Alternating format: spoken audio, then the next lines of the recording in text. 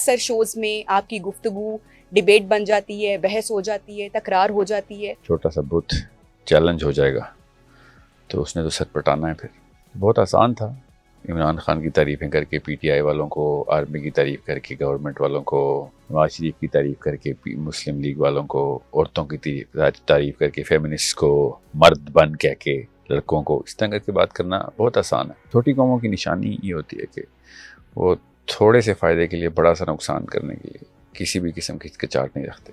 بڑے ازلی غلام ہیں ہم, ابن غلام ہیں ہم. پارلیمنٹ ہاؤس میں جو ہم نے یہ لگڑ بگڑ بھرے ہوئے ہیں, 50 سال سے بھرے ہوئے ہیں نا, کہاں سے آئے؟ ہمارے پچھلی نسلوں نے ووٹ ڈال کے ان لگڑ بگڑوں کو ادھر بھرا تھا نا. ہماری نسل کے کارنامے یوٹیوب پہ نظر آتے ہیں, پچھلی نسل کے کارنامے وائٹ ہاؤس میں نظر آتے ہیں, پارلیمنٹ ہاؤس میں نظر آتے ہیں. السلام علیکم, میرا نام ہے نبیہہ اعجاز. آج کے پوڈ کاسٹ میں, آج کی ایپیسوڈ میں تمام دیکھنے والوں کو خوش آمدید کہتی ہوں, اس دعا کے ساتھ, اس یقین کے ساتھ کہ آپ لوگ خیر و عافیت سے ہیں اور اچھی صحت میں ہیں. خواتین و حضرات, آج کے ہمارے پروگرام میں جو شخصیت موجود ہیں کسی تعارف کے محتاج نہیں ہیں, آپ ان کو جانتے ہیں. ساحل ادیم نے آج ہمیں جوائن کیا ہے. یہ وہ شخصیت ہیں جنہوں نے پاکستان کی یوتھ کو, نوجوانوں کو نہ صرف موٹیویٹ کیا ہے بلکہ انہیں سوال کرنا بھی سکھایا ہے. Psychology, religion, media manipulation, day of judgment جیسے ٹاپک پر ان کو گرپ حاصل ہے, اور ان کی جو گفتگو ہے وہ ہمیشہ ایک ڈیبیٹ کریٹ کرتی ہے. بہت سارے لوگ ان کے پوائنٹ آف ویو سے اگری کرتے ہیں, بہت سارے لوگ ان سے ڈس ایگری کرتے ہیں. آج کے پروگرام میں ان سے ہم وہ سوالات پوچھیں گے جو ہماری یوتھ کے, نوجوانوں کے ذہن میں ہیں. ہماری جو نئی نسل ہے وہ اتنی ڈائریکشن لیس کیوں فیل کرتی ہے, اتنا ایگزاسٹڈ فیل کیوں کرتی ہے, اور کیا سوشل میڈیا ہماری سوچ کو کنٹرول کر رہا ہے. ویمن امپاورمنٹ کی بات کریں گے. خواتین ہمارے ملک میں امپاورڈ تو ہوئی ہیں, لیکن کیا اس کے ساتھ ساتھ ان پر پریشر, ذمہ داریاں بہت بڑھ گئی ہیں. Get ready for a deep and uncomfortable conversation with Sahil Adeem. Welcome to our show. السلام علیکم. السلام علیکم. ساحل, سب سے پہلے کہ ہم اپنے پروگرام کے ٹاپکس کی طرف جائیں, سوال میں آپ سے یہ کرنا چاہوں گی, بہت سارے لوگ یہ جاننا چاہتے ہیں کہ ساحل ادیم ان لوگوں کے پاس کیوں جاتے ہیں جہاں پر everyone try to win an argument from you. اکثر شوز میں آپ کی گفتگو ڈیبیٹ بن جاتی ہے, بحث ہو جاتی ہے, تکرار ہو جاتی ہے. تو ایسا کیوں ہو رہا ہے, اس کی کیا وجہ, کیا لوگ سمجھ نہیں پا رہے ہیں؟ نہیں, لوگ بری طرح سمجھ پاتے ہیں. میں اپنا جو اینگل ہے میرا, وہ سٹارٹ ہی میں, میرا خیر مقصد ہی ایک ہے, تو اس کا سٹارٹ, مڈل اور اینڈ وہی ہوتا ہے کہ اس بت کو جا کے پکڑ لیا جائے جس کے آگے ہم کانشیسلی یا سب کانشیسلی سجدہ کر چکے ہوتے ہیں.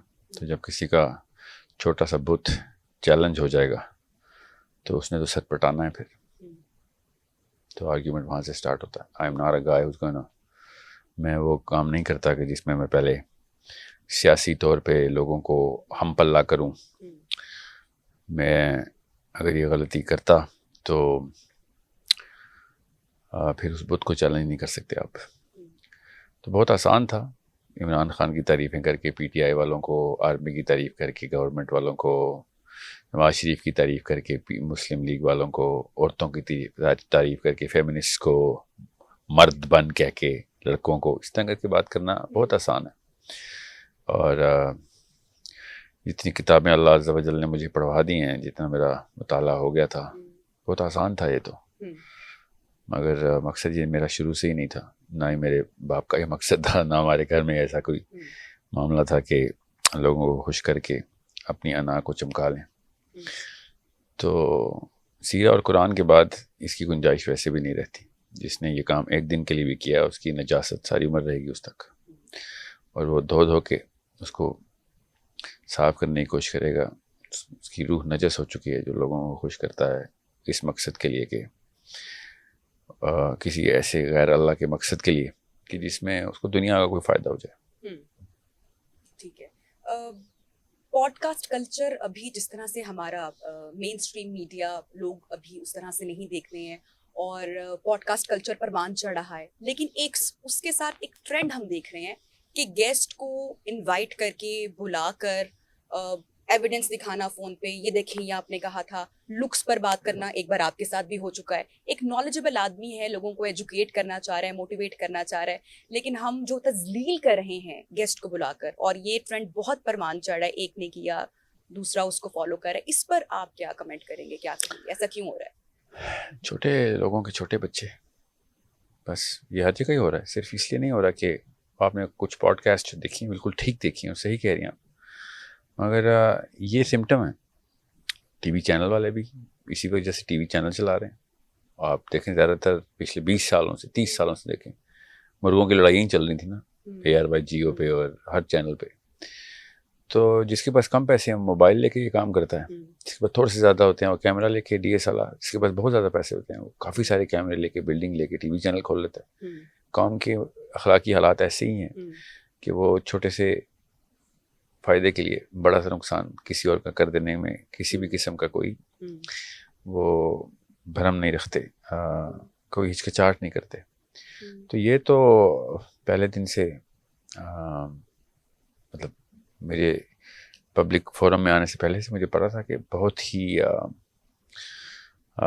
کیا مصرع ہے نا, مجھ کو کن بونے حریفوں کے مقابل کر دیا, دشمنی دی ہے تو ان کے حوصلے عالی بھی کر. تو یہ بہت چھوٹی قوموں کی نشانی یہ ہوتی ہے کہ وہ تھوڑے سے فائدے کے لیے بڑا سا نقصان کرنے کے لیے کسی بھی قسم کی ہچکچاہٹ نہیں رکھتے. ہماری جو یوتھ ہے, جو نوجوان ہیں, وہ سوشل میڈیا ایڈکشن کہہ لیں, کچھ بھی اس کو نام دے لیں, موٹیویشنل ریلز ہیں, کانٹینٹ ہیں, وہ دیکھتے ہیں, لگژری لائف سٹائل وہ دیکھتے ہیں, کمپیریزن ہو رہا ہے. اور باہر سے تو ہمارے جو ینگسٹرز ہیں وہ کانفیڈنٹ نظر آتے ہیں, لیکن اندر ہی اندر ایک کنفیوژن کا بھی شکار ہے. یہ جو مینٹل کولیپس ہے, اس کی وجہ کیا ہے؟ ایجوکیشن میں کہیں نہ کہیں لیک ہو گیا ہے, یا سوشل میڈیا کا جو ایک استعمال یا جو ایڈکشن ہوئی ہے, یہ آپ وہ سمجھتے ہیں سسٹم کی ناکامی ہے, یا پھر ریلیجن اسپریچویلٹی اس سے دوری ہے, گیپ ہے؟ یعنی آپ کے اس جملے سے تاثر یہ آ رہا ہے کہ اس جنریشن میں یہ مسئلہ ہے. ہماری 3-4 نسلیں کنفیوزڈ اور بہت زیادہ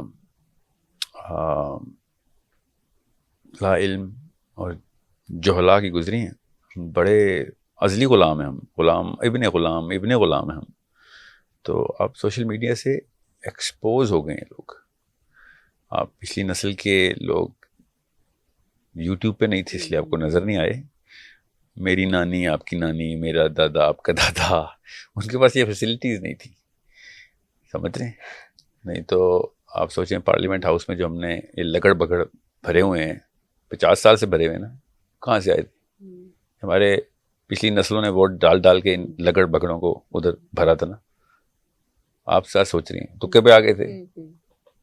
لگڑ بگڑ پتہ نا کیا ہوتا؟ لگڑ بگڑ تو غصے میں آگے حملہ کر دیں گے میرے پہ کہ میں نے ایسی مخلوق کو لگڑ بگڑ بول دیا. جی ہاں, سو یہی ہے. These hyenas are chosen by your father, my father, your mother, my mother. وہ نسل تھی جنہوں نے یہ کارنامے کیے تھے. ہماری نسل کے کارنامے یوٹیوب پہ نظر آتے ہیں, پچھلی نسل کے کارنامے وائٹ ہاؤس میں نظر آتے ہیں, پارلیمنٹ ہاؤس میں نظر آتے ہیں.